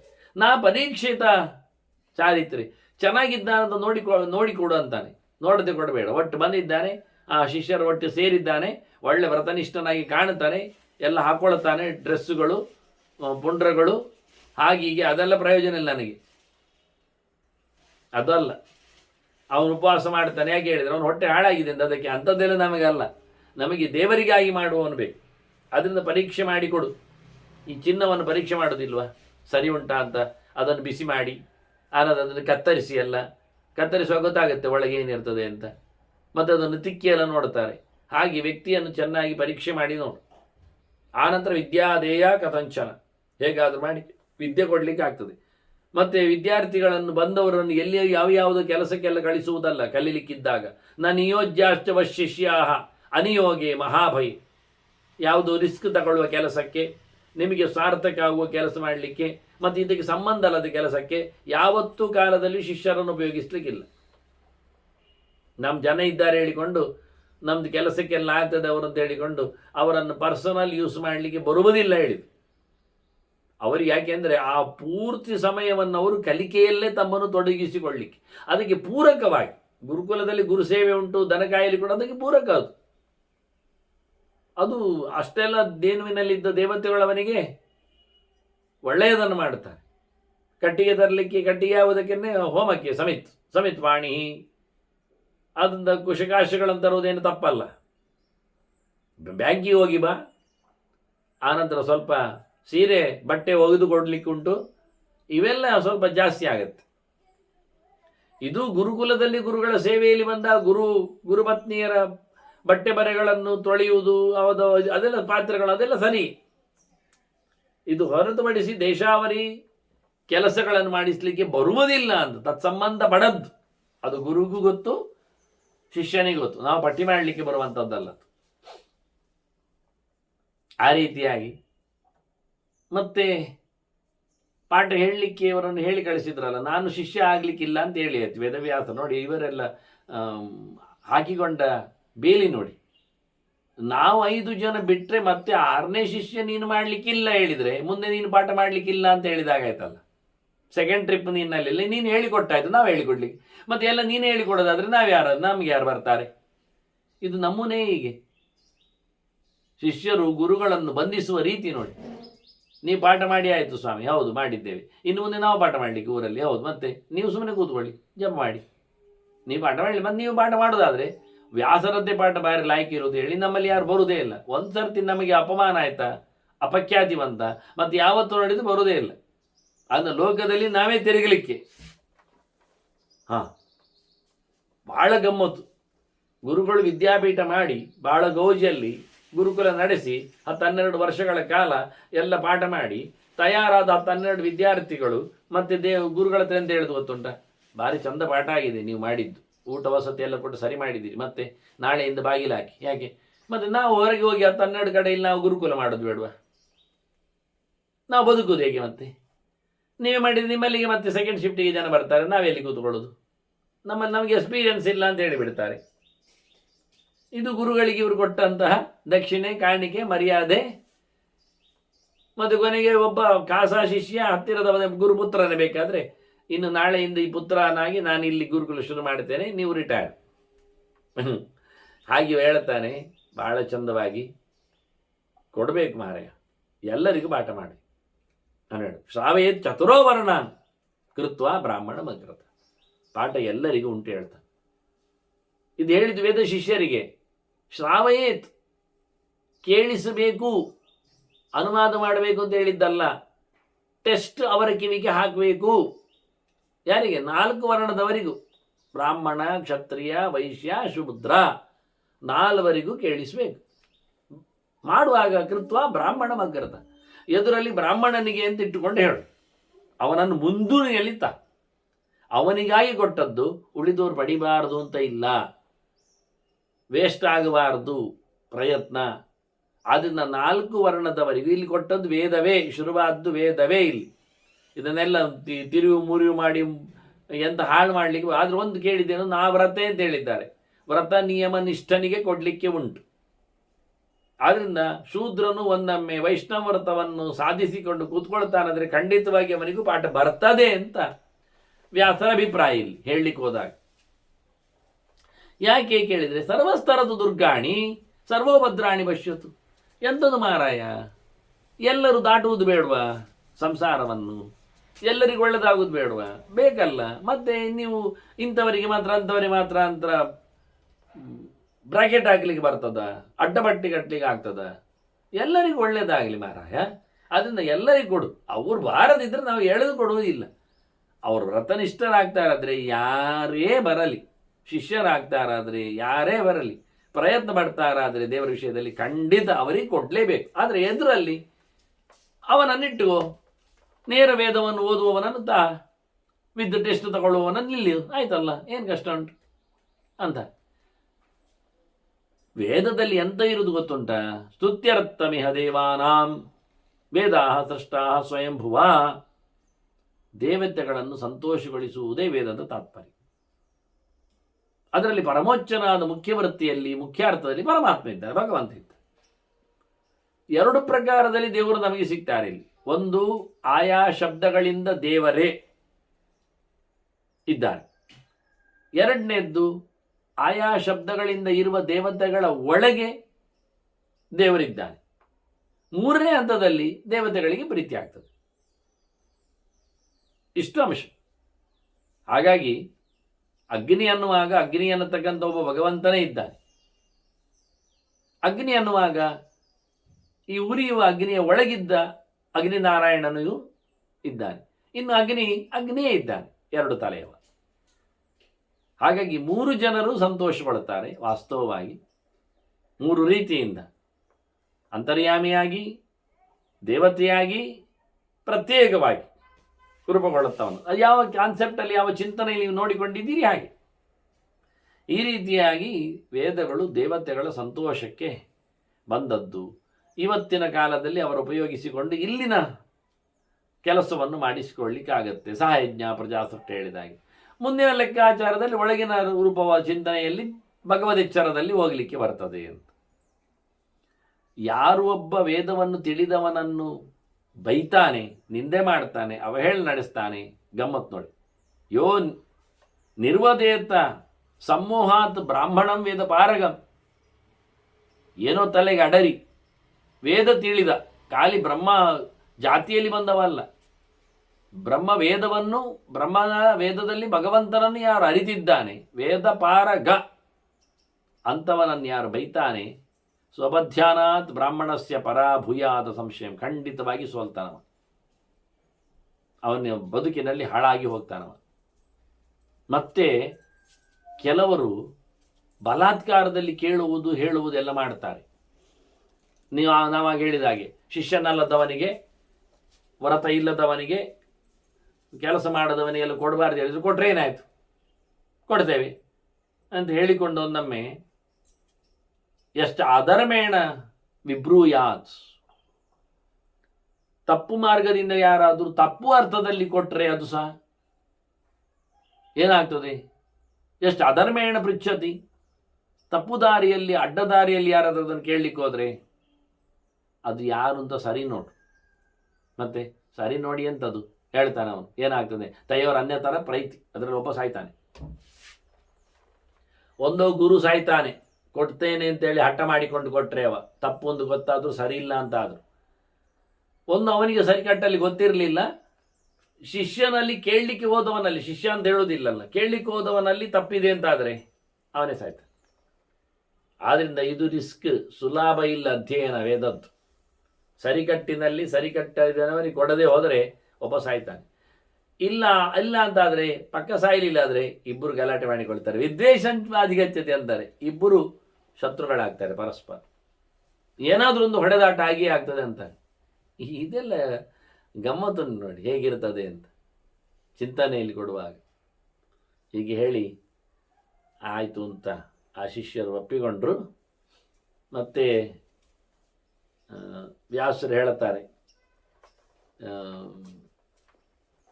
ಶಿಷ್ಯರಿನ್ನು ಹೊರಡ್ತೇನೆ ಹೇಳಿದರು, ನಾವು ಹೋಗ್ತೇವೆ, ಆಗಲಿ ಹೋಗಿ ಬನ್ನಿ, ಎಲ್ಲಿಗಾದರೂ ಹೋಗಿ, ಕ್ಷಿತಿಂಬ ದೇವಲೋಕಂಬ, ಭೂಮಿಗೆ ಇಳಿತೀರಾ ಇಳಿರಿ, ಮೇಲಕ್ಕೆ ತೆರಡ್ತೀರಾ ತಿಳಿರಿ, ಗಮ್ಯತಾಂ ರೋಚತೆ ಅಪರಮಾದಶ್ಚವಕಾರ್ಯ ಬ್ರಹ್ಮ ಹಿ ಪ್ರಭುರಚ್ಛಲಂ. ಅಂತೂ ಮರೆಯಬೇಡಿ, ತಪ್ಪು ಮಾಡಬೇಡಿ, ಅಜಾಗ್ರತೆಯಿಂದ ಇದನ್ನು ಹಾಳು ಮಾಡಲಿಕ್ಕೆ ಹೋಗಬೇಡಿ. ದೇವರು ವೇದ ಎರಡು ಭಾರಿ ದೊಡ್ಡದು. ವೇದದಿಂದ ವಾಚ್ಯನಾದ ಭಗವಂತ ಎಲ್ಲವನ್ನು ಕೊಡಲು ಸಮರ್ಥನಿದ್ದಾನೆ, ಅವನನ್ನು ಜಾರಿಸಬೇಡಿ, ಹಾಳು ಮಾಡಬೇಡಿ ಅಂತ ಹೇಳಿದಾಗ ಶಿಷ್ಯರು 4 ಜನ ಜಗ್ಮುಹು ಪ್ರದಕ್ಷಿಣಂ ಕೃತ್ವ ವ್ಯಾಸಂ ಮೂರ್ಧಾಭಿವಾದ್ಯಶ, ತಲೆ ಬಗ್ಗಿಸಿ ಕಾಲಿಗೆ ಮುಟ್ಟಿಸಿ ತಲೆಯನ್ನು ನಮಿಸಿ ಪ್ರದಕ್ಷಿಣೆ ಮಾಡಿ ಹೊರಟೋದು. ಅವತೀರ್ಯ ಮಹೀಂ ತೇತ, ಅವರು ನೆಲಕ್ಕೆ ಭೂಮಿಗೆ ಇಳಿದರು. ದೇವಲೋಕದಲ್ಲಿ ಪಾಠ ಪ್ರವಚನ ನಡೆಯುವುದಿಲ್ಲ, ಹೆಚ್ಚು ಗೊತ್ತುಂಟು ಅವರಿಗೆ. ಯಾಕೆಂದರೆ ಅಲ್ಲಿ ಎಲ್ಲರೂ ನಿರಂತರ ಅಧ್ಯಯನದಲ್ಲಿ ಇರ್ತಾರೆ, ದೊಡ್ಡವರೇ ಅಲ್ಲ, ದೇವರನ್ನು ಕಂಡವರೇ. ಹಾಗಾಗಿ ನೆಲದವರಿಗೆ ಹೇಳಲಿಕ್ಕೆ ಇಳಿದು ಬಂದರು. ಸಂಯಾಜಿ ಅಂತ ಇಲ್ಲಿ ಬಂದು ಹೋಮ ಹವನ ಮಾಡಿಸಲಿಕ್ಕೆ, ಪ್ರಾಕ್ಟಿಕಲಿ ವೇದವನ್ನು ಉಪಯೋಗಿಸುವುದು, ಬದುಕಿಸುವುದು, ಉಳಿಸುವುದು. ಮತ್ತು ಅಧ್ಯಾಪನ ರಥ, ಪಾಠ ಮಾಡ್ತಾನೂ ಇದ್ದಾರೆ, ಹೇಳಿಕೊಡ್ತಾನೆ ಇದ್ದಾರೆ, ಅದನ್ನು ಯೂಸಿನಲ್ಲಿ ಉಪಯೋಗದಲ್ಲಿಯೂ ತರ್ತಾ ಇದ್ದಾರೆ. ಶುರು ಮಾಡಿತು. ಅಲ್ಲಿ ಆಶ್ರಮದಲ್ಲಿ ಏನಾಯ್ತು, ಇಲ್ಲಿ ಆಯ್ತು, ಇಲ್ಲಿ ದಾನ ದಕ್ಷಿಣೆ ಹೋಮ ಹವನ ಪೂಜೆ ಪುನಸ್ಕಾರ ಚಪ್ಪರ ಚಂಡೆ ಎಲ್ಲ ಆಯ್ತು ಬಿಡಿ, ಅದು ಮುಂದೆ ಹೇಳುವುದಿಲ್ಲ ವ್ಯಾಸರು, ಅವರ ಕತೆ ಬೇಡ. ನಮಗೀಗ ಭೀಷ್ಮರು ಹೇಳೋದು ವ್ಯಾಸರ ಅನ್ನು ಫೋಕಸ್ ಮಾಡಿದ್ದಾರೆ. ತೂಷ್ಣೀಂ ಧ್ಯಾನ ಬರಹ ಧೀಮಾನ್, ವ್ಯಾಸರು ಸುಮ್ಮನೆ ಆಗಿದ್ರು. ಈಗ ಮಗ ಒಬ್ಬ ಇರುವುದು, ಅವ ಓದಿಯೇ ಬಂದಿದ್ದಾನೆ, ಪರೀಕ್ಷೆ ಆಗಿದೆ ಅವನಿಗೆ ಮಿಥಿಲೆಯಲ್ಲಿ. ನೋಡಿ, ಪರೀಕ್ಷೆ ಬೇರೆ ಕಡೆ ಕೊಡಬೇಕು ಎನ್ನುವುದು ಇವರೇ ತೋರಿಸುವುದು. ನಾನು ಪಾಠ ಮಾಡಿ ನಾನೇ ಪರೀಕ್ಷೆ ಮಾಡಿದರೆ ನಾನೇ ಫುಲ್ ಮಾರ್ಕ್ ಕೊಡ್ತೇನೆ. ಆದ್ದರಿಂದ ಪಾಠ ಇಲ್ಲಿ ಕೇಳಬೇಕು, ಪರೀಕ್ಷೆ ಬೇರೆ ಊರಲ್ಲಿ ಹೋಗಿ ಬರಿಬೇಕು, ಮತ್ತೊಬ್ಬ ವ್ಯಾಲ್ಯೂಯೇಷನ್ ಮಾಡಿ, ಆಗ ಗೊತ್ತಾಗ್ತದೆ ಇವನದ್ದು ಎಷ್ಟು ಉಂಟು, 0 ಎಷ್ಟು ಓದಿದ್ದಾನೆ ಎನ್ನುವುದು ಗೊತ್ತಾಗ್ತದೆ. ಹೀಗೆ ಶುಕ ಅವನ ಪಾಡಿಗಿದ್ದಾನೆ, ನಿರ್ಮಲ ಮನಸ್ಕನಾಗಿ ನಿರ್ಲಿಪ್ತನಾಗಿ. ವ್ಯಾಸರು ಧ್ಯಾನಕ್ಕೆ ಹೋಗಿಬಿಟ್ಟಿದ್ದಾರೆ.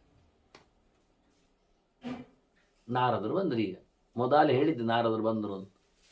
ನಾರದರು ನೋಡ್ತಾರೆ, ಹೇಳ್ತಾರೆ ಅವರು, ಬ್ರಹ್ಮಘೋಷೆ ಈ ವಿರಹಿತ ಪರ್ವತೋಯಂ ನ ಶೋಭತೆ. ಎಂತ ಮಾರಾಯರೆ, ಇಲ್ಲಿ ಶಬ್ದವೇ ಇಲ್ಲಲ್ಲ, ಮೌನ. ವೇದ ಕೇಳ್ತಾ ಇದ್ರೆ ಎಷ್ಟು ಖುಷಿ ಆಗ್ತದೆ. ಪರ್ವತದಲ್ಲಿ ಗುಹೆಯೊಳಗೆ ಅದು ಬಡದು ಗಮ್ಮತ್ತು ಕೇಳ್ತದೆ, ಗುಮ್ಮಂತ. ಆಗಲಿ, ಎಲ್ಲ ಇದ್ದಾರೆ, ದೇವತೆಗಳಿದ್ದಾರೆ, ಋಷಿಗಳಿದ್ದಾರೆ, ಗಂಧರ್ವರಿದ್ದಾರೆ, ಎಲ್ಲ ಇದ್ರೆ ಏನು ಪ್ರಯೋಜನ? ವೇದ ಇಲ್ಲಲ್ಲ, ಆಗ್ತಾ ಇಲ್ಲಲ್ಲ, ಶಬ್ದ ಕೇಳ್ತಾ ಇಲ್ಲ. ಸ್ವಾರಸ್ಯ ಇದು ಗ್ರಹಣ ಹಿಡಿದಾಗ ಆಗ್ತದೆ ನಿಜವಾಗಿ. ಸೂರ್ಯ ಉಂಟು, ಚಂದ್ರ ಉಂಟು, ಚಂದ ಇಲ್ಲ, ಗ್ರಹಣ ಆಗಿದೆ, ಹಾಗಾಯ್ತಲ್ಲ.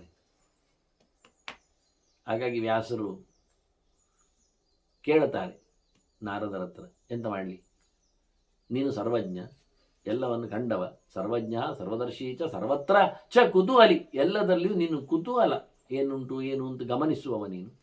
ತ್ರಿಶುಲೋಕೇಶು ಯದ್ವೃತ್ತಂ ಸರ್ವಂತವ ಮತ್ತೆ ಸ್ಥಿತಂ, ಮೂರು ಲೋಕದಲ್ಲಿ ಮೇಲೆ ಕೆಳಗೆ ನಡುವೆ ಎಲ್ಲೆಡೆ ಸಂಚಾರ ಮಾಡುವ ನೀನು. ಮೂರು ಲೋಕದಲ್ಲಿ ಮನುಷ್ಯರು, ದೇವತೆಗಳು, ದಾನವರು, ಮೂರು ಪ್ರಕಾರದ ಜನರಲ್ಲಿ ನಿನಗೆ ಗೊತ್ತು ಏನಿದೆ ವಿಷಯ ಅಂತ. ಹಾಗಾಗಿ ಹೇಳು, ಬ್ರೂಹಿ ಕಿಂಕಾರ ಮಾಡಿ ಎಂತ ಮಾಡುವ ನಾನು ಹೇಳು. ಅದಕ್ಕೆ ಹೇಳ್ತಾನೆ ನೋಡು, ವಿಯುಕ್ತಸ್ಯೇಹ ಶಿಷ್ಯೈರ್ಮೆ ನಾತಿ ಕೃಷ್ಣಮಿದಮ್ಮನ. ನನ್ನ ವಿದ್ಯಾರ್ಥಿಗಳೆಲ್ಲ ಹೋಗಿಬಿಟ್ರು, ನನ್ನ ಮನಸ್ಸು ಚಪ್ಪೆ ಆಗಿದೆ ಈಗ, ಹಾಗಾಗಿ ನಾನು ಸುಮ್ಮನೆ ಇದ್ದೇನೆ, ಎಂತ ಮಾಡುವುದು ಹೇಳು ಅಂದು. ನಾರದರು ಹೇಳ್ತಾರೆ, ಯಾವಾಗಲೂ ವೇದ ಇಲ್ಲದೆ ಹೋದರೆ ಅದು ಪೊರ್ಲು ಕಾಣುವುದಿಲ್ಲ. ಅನಾಮನಾಯ ಮಲ ವೇದಾಹ, ವೇದ ಓದದೇ ಇದ್ದರೆ ಅದುವೇ ಒಂದು ಹೇಸಿಗೆ ಅಂತ ಅರ್ಥ, ಮಲ ಅಂತ ಅರ್ಥ, ಕಶ್ಮಲ. ವೇದ ಹೇಳ್ತಾ ಇದ್ರೇನೆ ಚಂದ.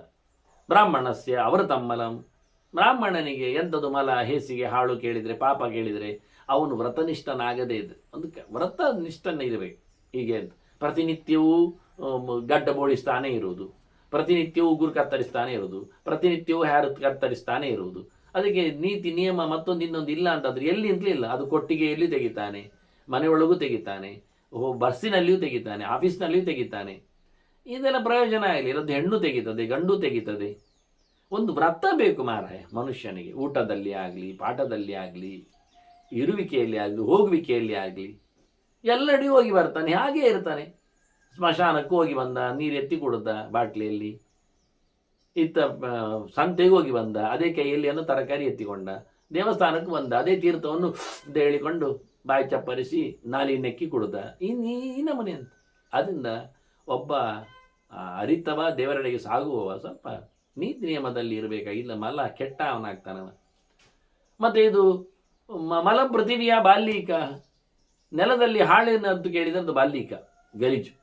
ಸ್ತ್ರೀಣಾಂ ಕೌತೂಹಲ ಮನ, ಹೆಂಗಸರಿಗೆ ಕ್ಯೂರಿಯಾಸಿಟಿಗೆ ಮಲ. ಎಂತ ನೋಡ್ಲಿಕ್ಕೆ ಹೋಯ್ತು, ಬಾರದು, ಕಾಣಬಾರ್ದು, ಹಾಗಿರಬಾರ್ದು. ಹಾಗಾಗಿ ಇವೆಲ್ಲ ಅವರು ಅಂದರೆ ನೋಡ್ಲಿಕ್ಕೆ ಹೋಗಿ ಬೇಕು ಅಂತ ಅನಿಸಿ ಏನೋ ಆಗಿ ಇನ್ನೊಂದು ಎಡವಟ್ಟಾಗ್ತದೆ. ಆದ್ದರಿಂದ ಹೀಗೆಲ್ಲ ಇರಬಾರ್ದು ಅಂತ ಹೇಳ್ತಾನೆ. ವಿಧುನ್ವನ್ ಬ್ರಹ್ಮಘೋಷೇಣ ರಕ್ಷೋಭಯ ಕೃತಂ ತಮಃ, ಸುತ್ತ ಕತ್ತಲು, ಅಜ್ಞಾನ, ಪ್ರೇತ ಪಿಶಾಚಿಗಳ ಆವಾಸ ಸ್ಥಾನ, ರಕ್ಕಸರ ತಾಣ ಆಗುತ್ತೆ. ಅದರಿಂದ ಅದನ್ನೆಲ್ಲ ದೂರ ಓಡಿಸಬೇಕಾದ್ರೆ ವೇದಘೋಷ ಆಗಬೇಕು, ವೇದ ಕೇಳಬೇಕು. ವೇದದ ಸುದ್ದಿ ಶಬ್ದ ಕೇಳಿದರೆ ಒಳ್ಳೆ ಶಬ್ದ. ಬೇಡದಿದ್ದದ್ದೆಲ್ಲ ಇಲ್ಲಿ ಭಜನೆಯಲ್ಲೇ ಹೇಳಲಿಲ್ಲ ಅವರು, ಎಂಥದ್ದು ಕೂಗಿಯಲ್ಲೇ ಹೇಳಲಿಲ್ಲ. ಭಗವಂತನನ್ನು ನಿತ್ಯವಾಗಿ ಹೇಳತಕ್ಕಂತಹ, ಪ್ರಳಯದಲ್ಲಿಯೂ ಸಾಯದೇ ಇರತಕ್ಕ ಸಂಗತಿ ಬ್ರಹ್ಮಘೋಷ ಆಗಬೇಕು. ವೇದಘೋಷದಿಂದ ಸುತ್ತಮುತ್ತಲಿನ ತಾನ ಕ್ಲೀನ್ ಆಗ್ತದೆ ಅಂತ ಹೇಳ್ತಾರೆ. ಯಾವ್ದಾರು ಕೇಳ್ತಾರೆ, ಅಲ್ಲ ಮಾರೆ ಅದೆಲ್ಲ ಸರಿ, ಮಲ ಮಲ ಮಲ ಸರಿ. ಆದರೆ ಇದು ಬಾಲ್ಯೀಕದ ಒಂದು ಮಲ ಹೇಳಿದ್ದೆಲ್ಲ ಮಾರೆ, ಅದೆಂಥದ್ದು? ಸ್ತ್ರೀಯರ ಕೌತೂಹಲ ಮಲ ಓಕೆ, ಓದದಿದ್ದರೆ ವೇದ ಹಾಳಾಗ್ತದೆ ಅಂತ ಸತ್ಯ, ಬ್ರಾಹ್ಮಣಿಗೆ ವ್ರತನಿಷ್ಠೆ ಇದ್ದದಿದ್ದರೆ ಅವನ ಇಲ್ಲ. ಬಾಲ್ಯೀಕದ ಮಲ ಎಂಥದ್ದು ಅಂತ ಈಗ ನೋಡಿ, ಅಸ್ಯಾಂ ಪೃಥಿವ್ಯಾಂ ಚತ್ವಾರಃ ದೇಶಾಃ, 4 ಊರುಂಟು ನಮ್ಮಲ್ಲಿ. ಈಗ 4 ಬಗೆದುಂಟು. ಪಾಪ ಅದು ಪಾಪ ಜನೇರ್ ವೃತ, ಪಾಪಿಷ್ಟರು ಕೂತಿದ್ದಾರೆ. ಒಂದು ಯುಗಾಂಧರ್, ಅಲ್ಲಿ ಅಂತ ಕೇಳಿದರೆ ಮೃಗೋಷ್ಟ್ರ ಗರ್ಧವ ಕ್ಷೀರಂ ಪಿಬಂತಿ. ಯುಗಾಂಧರ ಪ್ಲೇಸಿನಲ್ಲಿ ಈ ಜಿಂಕೆದ್ದು ಹಾಲು ಕುಡಿತಾರೆ, ಒಂಟೆದ್ದು ಕುಡಿತಾರೆ, ಮತ್ತು ಕತ್ತೆದ್ದು ಕುಡಿತಾರೆ. ಈ ನಮೂನೆಯವರು, ಅದೆಲ್ಲ ಸರಿ ಇಲ್ಲ, ಪಾಪಿಗಳವರು. ಮತ್ತು ಇನ್ನೊಂದು ಭೂತಿಲಕ ಅಂತ ಒಂದು ಊರುಂಟು, ಅಲ್ಲಿ ಒಂದು ವಿಚಿತ್ರ. ಅಲ್ಲಿಯವರು ಅವರೆಂಥದ್ದಂದರೆ ಮೇಹಂತಿಚ ಮಲಂ ಪಾಪಾಹ, 1ಕ್ಕೆ 2ಕ್ಕೆ ಎಲ್ಲ ಮಾಡ್ತಾರೆ. ಎಲ್ಲಿ? ನೀರಿನಲ್ಲಿ. ವಿಸರ್ಜಂಚಿ ಜಲೇಶುವೈ. ಮತ್ತು ಅದೇ ನೀರಿನಲ್ಲಿ ನಿತ್ಯಂ ಭೂತಿಲಕ್ಕೆ ಅತ್ಯನ್ನಂ ತಜ್ಜಲಂತೆ ಬಿಬಂಚಿತ, ಅದೇ ನೀರು ಕುಡಿತಾರೆ, ಊಟಕ್ಕೆ ತೆಗಿತಾರೆ. ಎಂತ ಹೇಸಿಗೆ ಅಲ್ವ. ಇನ್ನೊಂದು ಊರುಂಟು, ಅದು ಅಚ್ಯುತ ಸ್ಥಳ ಅಂತ. ಏಕಕರ್ಣ ಅಚ್ಯುತ ಸ್ಥಳ, ಅವರಿಗೆ ಒಂದೇ ಕಿವಿ ಇರುವುದು, ಇನ್ನೊಂದು ಕಿವಿ ಕೇಳೋದೇ ಇಲ್ಲ, ಇಲ್ಲೇ ಇಲ್ಲ. ಆಗ ಏನರ್ಥ, ಉಪಯೋಗ ಆಗುದಿಲ್ಲ ಅದು. ಮತ್ತೆ ಬಾಲ್ಯೀಕರ ಬಗ್ಗೆ ಹೇಳಲಿಕ್ಕೆ ಬರುವುದಿಲ್ಲ ಅಂದ. ಎಂತ ಹರಿ ಬಾಕಿಯ ಅಸ್ತು ಬಾಲ್ಯೀಕಾಹ ಅಂದ, ಅಲ್ಲಿ ದೇವರ ಸುದ್ದಿಯೇ ಇಲ್ಲ ಅಂತ ಹೇಳ್ಬಿಟ್ಟು. ಹರಿವಾಕ್ಯ, ಹರಿಯನ್ನು ನೆನೆಯದವರು ಬಾಲ್ಯೀಕರು ಅಂತ. ಅದ್ರ ಬಗ್ಗೆ ವಿವರಣೆ ಮುಂದೆ ಕೇಳುವ ಚಿಂತನೆ ಅವರೊಂದಿಗೆ. ಶ್ರೀಕೃಷ್ಣ ನಾರಾಯಣ ನಾರಾಯಣ ನಾರಾಯಣ.